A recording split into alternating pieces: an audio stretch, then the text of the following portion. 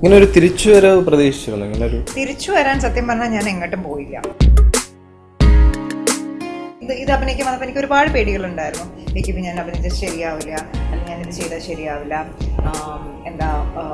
എനിക്ക് ഒരുപാട് ടേക്സ് എടുക്കും എന്നൊക്കെയുള്ള പേടിയാണ്. അങ്ങനെ നമ്മുടെ മനസ്സിനുള്ളിൽ കുറേ പേടിയുണ്ട്. അത് വീക്കിപ്പോൾ തുറന്ന് സംസാരിക്കും.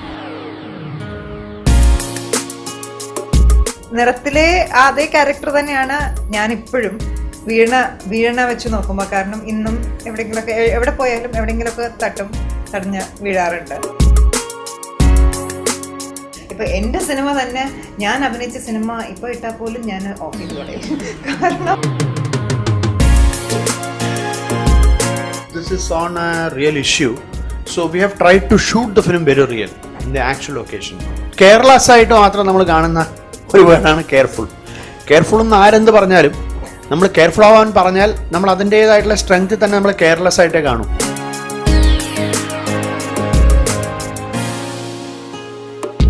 എങ്ങനെയാണ് ഇത്രയും ഗ്ലാമറായിട്ട് എപ്പോഴും ഇരിക്കുന്നത്? അത് ഇത് ആക്ച്വലി എന്താണെന്ന് അറിയോ,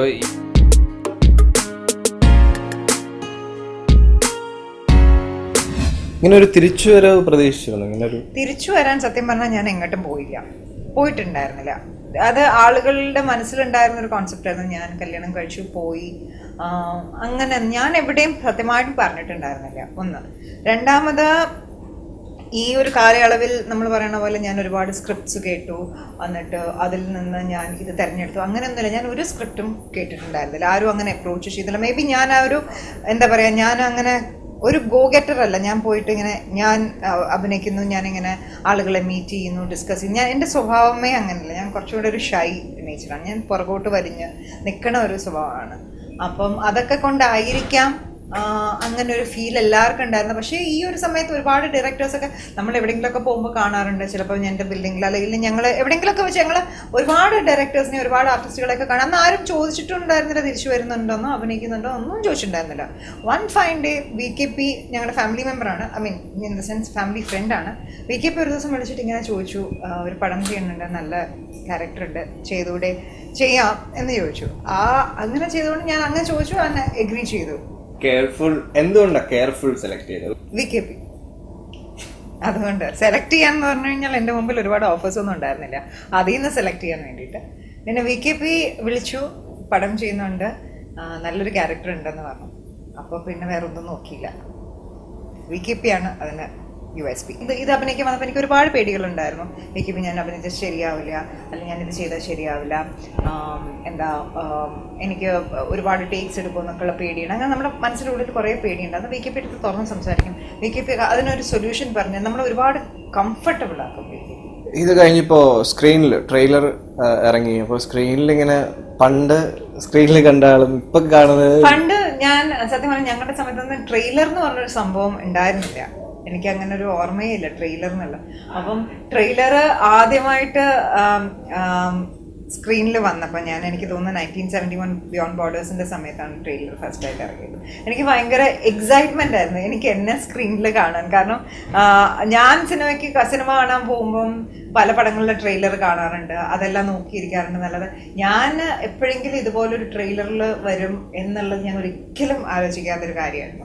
അപ്പം എനിക്ക് എല്ലാ കൊച്ചു കുട്ടികളെ പോലെയൊക്കെ എനിക്ക് ഭയങ്കര എക്സൈറ്റ്മെൻ്റ് ആയിരുന്നു ട്രെയിലർ കാണാൻ, എൻ്റെ ട്രെയിലർ കാണാൻ എന്നൊക്കെ പറഞ്ഞിട്ട് എനിക്ക് ഭയങ്കര എക്സൈറ്റ്മെൻ്റ് ആയിരുന്നു. ഫസ്റ്റ് എവിടെ വെച്ചാൽ കണ്ടത്? ഞാൻ ട്രെയിലർ ആക്ച്വലി നേരത്തെ കണ്ടിരുന്നു, പക്ഷേ ഇത് ട്രെയിലർ കട്ട് ചെയ്ത് കഴിഞ്ഞപ്പോൾ. പക്ഷേ സ്ക്രീനിൽ ആദ്യമായിട്ട് കാണുന്നത് 1971 ബിയോണ്ട് ബോർഡേഴ്സ് ആളുകളുടെ കൂടെ ഇരുന്നിട്ടാണ് കണ്ടത്. ഞാനൊരു ജേർണലിസ്റ്റാണ്. ഞാനൊരു സ്റ്റോറി ചെയ്യാനുള്ള പ്ലാനിങ്ങിലായിരുന്നു. എന്ത് സ്റ്റോറി? ഇപ്പോഴും പഴയ ആ ഒരു ഫിലിമിലെ ക്യാരക്ടേഴ്സ് ഇപ്പോഴും ആൾക്കാർക്ക് ആ ഒരു നൊസ്റ്റാൾജിക്കാണ്, ഭയങ്കര ഒരു ഫീലാണ്. നിറം ഒരുപാട് പേര് നിറം പറയാറുണ്ട്. എന്നെ കാണുമ്പോൾ പറയും, കുറേ ആളുകൾ വന്നിട്ട് പറയും, എൻ്റെ ഭാര്യ ഇടയ്ക്ക് വീട്ടിൽ നിന്ന് ഇങ്ങനെ കട്ട് തഴുമ്പോൾ ഞാൻ പറയും നിറത്തിലെ ജോമോൾ എന്ന് പറയും. അപ്പം ആദ്യം വെച്ചാൽ നിറത്തിലെ അതേ ക്യാരക്ടർ തന്നെയാണ് ഞാനിപ്പോഴും വീണ വെച്ച് നോക്കുമ്പോൾ. കാരണം ഇന്നും എവിടെയെങ്കിലുമൊക്കെ എവിടെ പോയാലും എവിടെയെങ്കിലുമൊക്കെ തടഞ്ഞ് വീഴാറുണ്ട്. അപ്പം അത് അവരുടെ മനസ്സിൽ അത്രയും ഓർത്തിരിക്കണമല്ലോ എന്ന് ആലോചിക്കുമ്പോൾ സന്തോഷമുണ്ട്. ഇപ്പം നമ്മളിപ്പോ ഒരു കാലഘട്ടത്തിൽ മയിൽപ്പിൽക്കാവ്, നിറം, അങ്ങനെ ഒരുപാട് ഫിലിംസ് ഇപ്പൊ കുഞ്ചാക്കോ ബോബൻ ഒരു സ്റ്റാറായി വീണ്ടും ഇങ്ങനെ നിൽക്കുവാണ്. അപ്പൊ നിങ്ങൾ തമ്മിൽ വീണ്ടും ഇനി ആക്ട് ചെയ്യുമോ?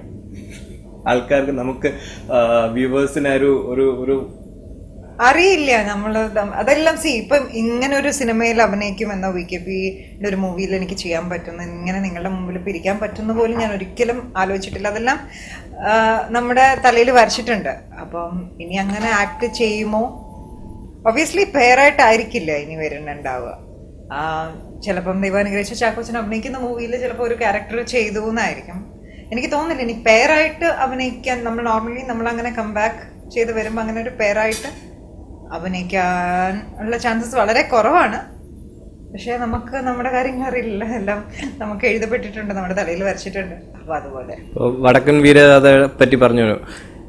വിനീത് ആ സമയം തൊട്ട് ഇപ്പൊ ഈ ഫിലിമിലും വിനീത് ഉണ്ട്. അപ്പൊ എങ്ങനെയുണ്ട് ആ ഒരു സൗഹൃദം കുട്ടിക്കാലം തൊട്ട്? എന്റെ നെയ്ബറാണ് ഒന്ന്. അതിപ്പം കുട്ടിക്കാലം അതൊക്കെ കഴിഞ്ഞ് പിന്നെ ഞങ്ങൾക്ക് ഒരുപാട് കാലം ടച്ച് ഉണ്ടായിരുന്നില്ല. പിന്നെ ഞാൻ കല്യാണം കഴിച്ചു, ഞാൻ ബോംബെയിലായിരുന്നു, അങ്ങനെ ടച്ച് ഉണ്ടായിരുന്നില്ല.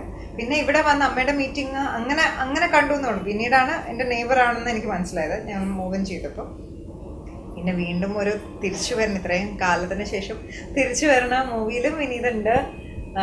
ഞങ്ങള് പെയറായിട്ടായിരുന്നു ഇതിനകത്ത് കാസ്റ്റ് ചെയ്തത്. പിന്നെയാണ് കാസ്റ്റിങ്ങിന് ചെറിയ വ്യത്യാസം വന്നത്. അപ്പം ഞാൻ ആലോചിച്ചു, പാവം അന്ന് എന്നെ കുരിശ് ചുമന്നു, ഇന്നും എൻ്റെ ഈ കുരിശ് തന്നെ ചുമക്കേണ്ടി വന്നല്ലോ എന്ന് ഞാൻ മനസ്സിലാലോചിച്ചു. പക്ഷേ ഇല്ല, അത് മാറി. എന്തായാലും ഒരേ പടത്തിൽ അഭിനയിക്കാൻ സാധിച്ചതിൽ വളരെ സന്തോഷമുണ്ട്. പണ്ട് വിനീതൻ എന്നെ പേടിയായിരുന്നു എന്ന് പറഞ്ഞു കേട്ടിട്ടുണ്ട്. വടക്കൻ വീരഗാഥയിൽ അഭിനയിക്കുമ്പോൾ ഞാൻ ഭയങ്കര സാധനമായിരുന്നു, ഭയങ്കരമായിട്ട് ഇങ്ങനെ വിറപ്പിച്ചൊക്കെ നിർത്തുമായിരുന്നു. ഇങ്ങനെ വിനീത് പാവമാണ്, അപ്പോഴും ഇപ്പോഴും പാവം. ഇപ്പം അങ്ങനെയല്ല, ഇപ്പം ഞാനും പാവമായി ഞാൻ വിശ്വസിക്കുന്നു. ഞങ്ങള് നന്നായിട്ട് വർക്ക് ചെയ്യാൻ പറ്റും. ഞങ്ങൾ ഒരുമിച്ചൊരു സീനിലും ഇല്ല ഈ ഒരു മൂവിയില്. പക്ഷെ എന്നാലും നമുക്ക് കാണാറുണ്ട്, ഷൂട്ടിന്റെ ദിവസങ്ങൾ കാണാറുണ്ട്. പക്ഷെ ഇപ്പം അങ്ങനെയൊന്നുമില്ല, ഇപ്പം നല്ല ഫ്രണ്ട്സാണ്. സെർച്ച് വാറണ്ട് ഇല്ലാതെ വീട്ടിൽ കയറിയെന്ന് നാളെ പോലീസ് സ്റ്റേഷനിൽ വന്നൊരു പരാതി എഴുതി അന്വേഷിക്കാം. അഭിനയിക്കാതിരുന്ന സമയത്ത് ഈ ഇൻഡസ്ട്രിയെ കുറിച്ച് ഇപ്പം മൂവീസ് കാണുക, അതിനെക്കുറിച്ച് ഡിസ്കസ് ചെയ്യുക, അങ്ങനത്തെ ഇതൊക്കെ ഉണ്ട്.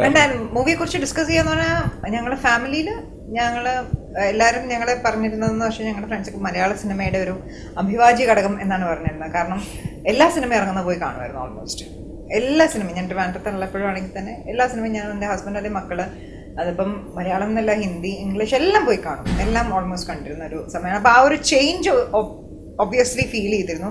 മലയാള സിനിമ ഞാൻ ഉള്ളപ്പോൾ എങ്ങനെയായിരുന്നു, അത് കഴിഞ്ഞിട്ടുള്ള സമയത്ത് ഇപ്പം എങ്ങനെയാണെന്നുള്ള ആ ഒരു ചേഞ്ച് ഫീൽ ചെയ്തിരുന്നു. ആ ചേഞ്ച് ഓൾവേസ് എന്നെ സർപ്രൈസ് ചെയ്തിരുന്നു. കാരണം അത് എങ്ങനെയാണ് ആളുകൾ, കാരണം അന്നൊക്കെ എന്ന് പറയുന്നത് നമ്മളിപ്പോൾ ചിലപ്പോൾ അഭിനയിക്കുമ്പോഴൊക്കെ അയാളുടെ അഭിനയം കൊള്ളില്ല, അല്ലെങ്കിൽ അവരുടെ അഭിനയം കൊള്ളില്ല, ഒരു അഭിനയിക്കാൻ അറിയില്ല എന്നുള്ളൊരു ബ്രാൻഡ് ഉണ്ട്. അങ്ങനെ ചിലരെ ബ്രാൻഡ് ചെയ്തിട്ടുണ്ടായിരുന്നു, അവർക്ക് അഭിനയിക്കാൻ അറിയില്ല, ആ ക്യാരക്ടർ ചെയ്യില്ല. പക്ഷെ ഇപ്പം അങ്ങനെയല്ല. ഇപ്പോൾ ഒരു സിനിമയിൽ ന്യൂ കമറിനെ പോലും വളരെ നന്നായിട്ടാണ് ബിഹേവ് ചെയ്യണത്. അഭിനയമല്ല, ബിഹേവാണ് ഇപ്പോൾ എല്ലാവരും ചെയ്യുന്നത്. ഇപ്പോൾ ഒരുപാട് യങ് ആക്ടേഴ്സ് വന്നിട്ടുണ്ട്. അപ്പോൾ ഈ ആക്ടേഴ്സിൻ്റെ ലൈക്ക് ആക്ടിങ് കാണുമ്പോഴത്തേക്കും അവരെ ഇങ്ങനെ ക്രിട്ടിസൈസ് ചെയ്യുക, അങ്ങനെ അവരിങ്ങനെ ചെയ്തിരുന്നെങ്കിൽ കൊള്ളായിരുന്നു, അല്ലെങ്കിൽ ഞാൻ ഒരിക്കലും ആരെയും ക്രിട്ടിസൈസ് ചെയ്യാറില്ല. കാരണം ഇപ്പോൾ വന്നിരിക്കുന്ന ഒരാളുകളെയും ഒരു കുറ്റവും നമുക്ക് പറയാൻ സാധിക്കില്ല. നമ്മൾ ക്രിട്ടിസൈസ് ചെയ്യുമ്പം നമ്മുടെ ഭാഗത്ത് തെറ്റില്ലാതിരിക്കുമ്പോഴാണ് നമ്മൾ മറ്റുള്ളവരെ ക്രിട്ടിസൈസ് ചെയ്യുന്നത്. ഞാൻ ശരിയെന്ന് തോന്നുമ്പോഴാണ് മറ്റുള്ളവരുടെ തെറ്റുകൾ നമുക്ക് മനസ്സിലാകുന്നത്. ഇപ്പോൾ എൻ്റെ സിനിമ തന്നെ, ഞാൻ അഭിനയിച്ച സിനിമ ഇപ്പോൾ ഇട്ടാൽ പോലും ഞാൻ ഓഫ് ചെയ്ത് കളയും. കാരണം എനിക്ക് ഭയങ്കര ചമ്മലാണ്. ഞാൻ അതൊക്കെ എന്താ കാണിച്ചു വെച്ചിരിക്കുന്നത്. എൻ്റെ വീട്ടിലെല്ലാവരും എന്നെ കളിയാക്കി പറയും. എല്ലാവരും പറയും ഒരു വടക്കൻ്റെ വീരഗാഥയിൽ ബാക്കി എല്ലാവരും നീ ഭയങ്കര ആക്ടിങ് ആയിരുന്നു, ബാക്കി എല്ലാവരും നാച്ചുറൽ ആയിരുന്നു എന്ന് പറയും. അപ്പോൾ എനിക്ക് അതുകൊണ്ട് എല്ലാവരും എന്നെ കളിയാക്കി പറയും. അപ്പം എൻ്റെ ഭാഗത്ത് നിന്ന് ഞാൻ ഇപ്പോഴും ഒരു പടത്തിൽ പോലും ഞാൻ ഇപ്പൊ കാണുമ്പോൾ എനിക്ക് തോന്നുന്നു ഞാൻ എന്തുവാണ് ചെയ്തിരിക്കുന്നത്. ഞാൻ ഇപ്പൊ വരുന്ന ഇത്രയും ടാലന്റഡ് ആയിട്ടുള്ള ആളുകളെ ക്രിട്ടിസൈസ് ചെയ്യാൻ എനിക്ക് അതിനുള്ള ഒരു യോഗ്യതയില്ല.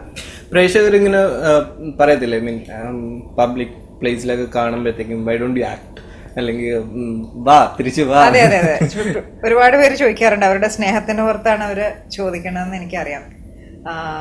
തിരിച്ചു വരൂ, വൈ ഡോണ്ട് യു ആക്ട് എന്നൊക്കെ ചോദിക്കാറുണ്ട്. എനിക്ക് ഒരുപാട് സന്തോഷമുണ്ട് അത് കേൾക്കുമ്പോൾ. അവരുടെ എല്ലാവരും മനസ്സിൽ എപ്പോഴും ഓർമ്മയുണ്ടല്ലോ, അവരുടെ എല്ലാം മനസ്സിലൊരു സ്ഥാനം ഉണ്ടല്ലോ എന്ന് എനിക്കറിയുമ്പോൾ എനിക്ക് വളരെ സന്തോഷമുണ്ട്.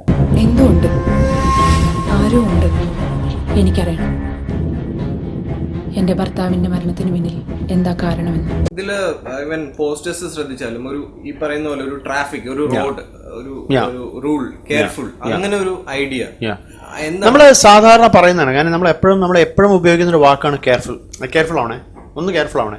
അത് നമ്മൾ സാധാരണ പറയുന്ന നമ്മുടെ നിത്യജീവിതത്തിൽ നമ്മൾ ഒരുപാട് ഉപയോഗിക്കുന്ന ഒരു വാക്കാണ്. പക്ഷെ അതിനത്ര കെയർലെസ് ആയിട്ട് മാത്രം നമ്മൾ കാണുന്ന ഒരു വേർഡാണ് കെയർഫുൾ എന്ന് ആരെന്ത് പറഞ്ഞാലും നമ്മൾ കെയർഫുൾ ആവാൻ പറഞ്ഞാൽ നമ്മൾ അതിൻ്റെതായിട്ടുള്ള സ്ട്രെങ്ത് തന്നെ നമ്മൾ കെയർലെസ് ആയിട്ടേ കാണും. ആ കെയർലെസ്നെസ്സിൽ നിന്നും ഉണ്ടാകുന്ന അപകടങ്ങൾ ആക്ച്വലി നമ്മളെ സംബന്ധിച്ചിടത്തോളം നമ്മളൊരു അപകടത്തിൽപ്പെടുമ്പോൾ നമ്മളെക്കാൾ കൂടുതൽ അനുഭവിക്കുന്ന നമ്മുടെ കുടുംബമാണ്. ആ family get affected very badly. അപ്പോൾ കുടുംബത്തെ സ്നേഹിക്കുന്ന എല്ലാവരും, ഇപ്പോൾ ലാൽ സാർ ഒരു പോസ്റ്റ് ഇട്ടിട്ടുണ്ടായിരുന്നു, അതായത് on this film itself, that is breaking of the rules എന്ന് പറയുന്നത് നഷ്ടപ്പെടുന്നത് നമുക്ക് നമ്മുടെ കുടുംബത്തിനാണ് നഷ്ടപ്പെടുന്നത്. സോ നമ്മൾ തീർച്ചയായിട്ടും അത് സൂക്ഷിക്കുക. ആ ആശയം പറയുന്നൊരു സിനിമയാണിത്. അപ്പോൾ തീർച്ചയായിട്ടും അത് ഉൾക്കൊള്ളാൻ ശ്രമിക്കുക, കാണുക. ഇപ്പോ ആക്ടേഴ്സിന്റെ അടുത്ത് ആരുടെ ചോദിച്ചിട്ട് ഈ സിനിമയെ കുറിച്ച് ഒരു ക്ലൂവും തന്നിട്ടില്ല.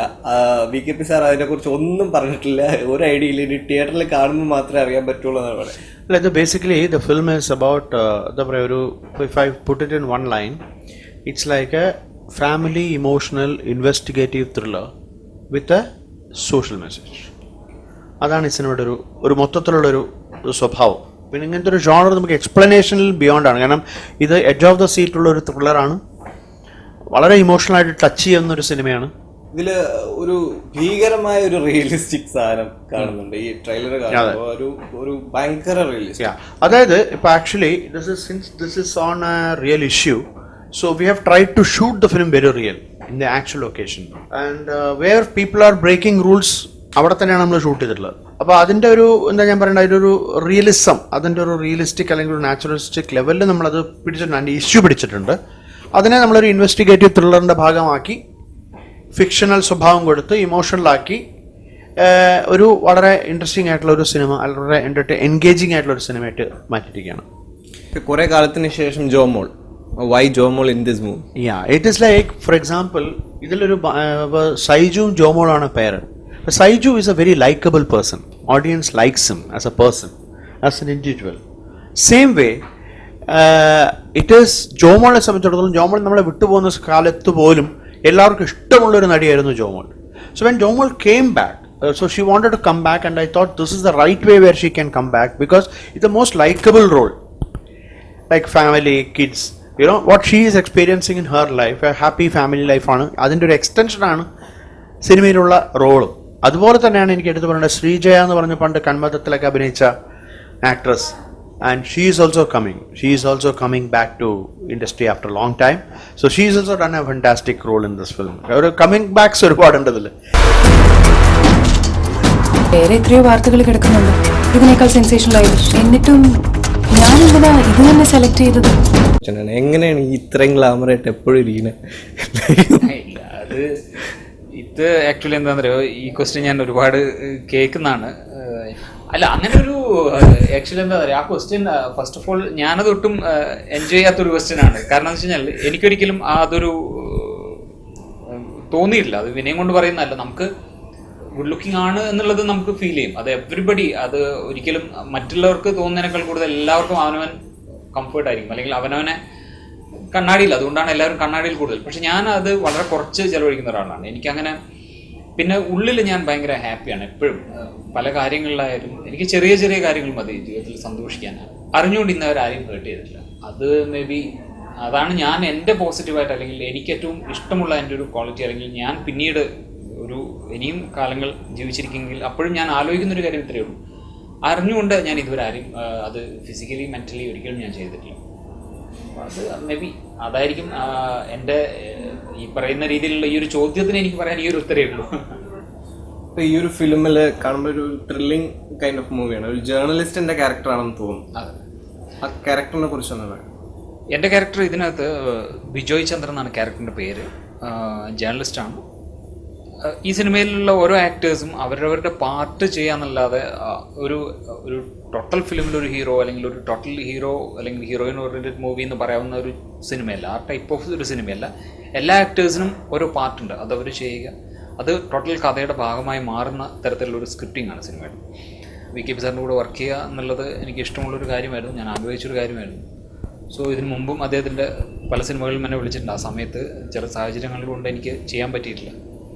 അപ്പോൾ ഈ സിനിമയിലാണ് ഞാൻ ആദ്യമായിട്ട് വർക്ക് ചെയ്യുന്നത്. തീർച്ചയായിട്ടും എൻജോയ് ചെയ്തൊരു സിനിമയാണ്. എന്നാലും അതുണ്ട്. പറയുമ്പോൾ മനുഷ്യനെ വിശ്വസിക്കാൻ പറ്റുന്ന കഥ പറ. എനിക്കൊരു സംശയം തോന്നുന്നു. പ്രേക്ഷകരോട് എന്താണ്? നിങ്ങൾക്ക് വിഷമമുണ്ടാക്കുന്ന രീതിയിലൊന്നും അല്ല, അയ്യേ എന്ന് തോന്നുന്ന രീതിയിലൊന്നും ഞാൻ അങ്ങനൊന്നും ചെയ്യാണ്ടിരിക്കട്ടെ എന്ന് ഞാൻ മനസ്സിലെപ്പോഴും പ്രാർത്ഥിക്കുന്നു. നിങ്ങളുടെ ഈ ഒരു സ്നേഹം, ഈ ഒരു എന്നെ കാണുമ്പോഴുള്ള ഈ ഒരു ചിരി, എന്നെ കാണുമ്പോൾ ഈ വന്ന് വർത്തമാനം പറയണ ഈ ഒരു നേച്ചർ നിലനിർത്തണേ, ഇനി അങ്ങോട്ടും നിലനിർത്തണേ എന്നുള്ളൊരു പ്രാർത്ഥനയുണ്ട് എനിക്ക്.